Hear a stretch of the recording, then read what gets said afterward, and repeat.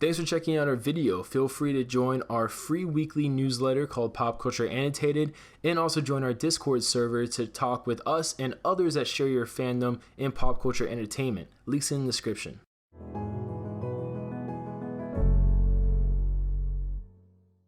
Hey everyone, how's it going? So today we're going to talk about if James Gunn will introduce characters like Silver Surfer into Guardians of the Galaxy 3, because infamously it's been done now tons and tons of times before coverage wise. We all know James Gunn was infamously fired from Guardians of the Galaxy Volume 3. While Marvel stated they would use his script with a new director, obviously a lot of people were worried that new director would include new rewrites, which is something we did see with Ant-Man when Edgar Wright left the project and Peyton Reed eventually joined on. And originally, Guardians of the Galaxy Volume 3 was actually beginning production in 2019 with a release date for 2020. However, currently, because of all the stuff that's happened, Guardians of the Galaxy Volume 3 won't start production until 2021 with a potential 2022 release date. And while Gunn seemed ready to do an Adam Warlock storyline as he set up in Volume 2, it is very possible he may rewrite the story.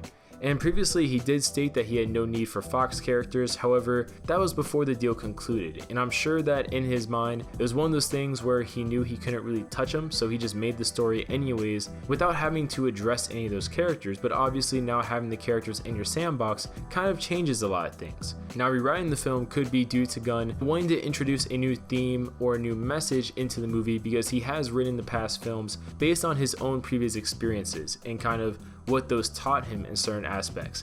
And this definitely whole Disney fiasco, I'm sure he has a few feelings about it, or at least it was a learning experience in some way that he may want to introduce in some way, shape, or form into Guardians of the Galaxy Volume 3. Not necessarily saying something in a bad way, but maybe a good learning opportunity, a good experience, a good lesson he learned from the whole thing.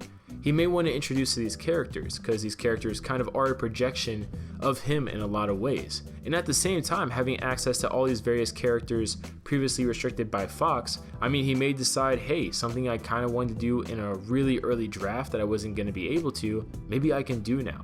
And this would be utilizing characters such as Silver Surfer or even Galactus to help not only build that part of the MCU, but to just play with those characters in general. Because it's common knowledge that James Gunn did do a Silver Surfer treatment a few years beforehand for Fox. Obviously it wasn't made, unfortunately, or maybe fortunately, depending on how that would have been received.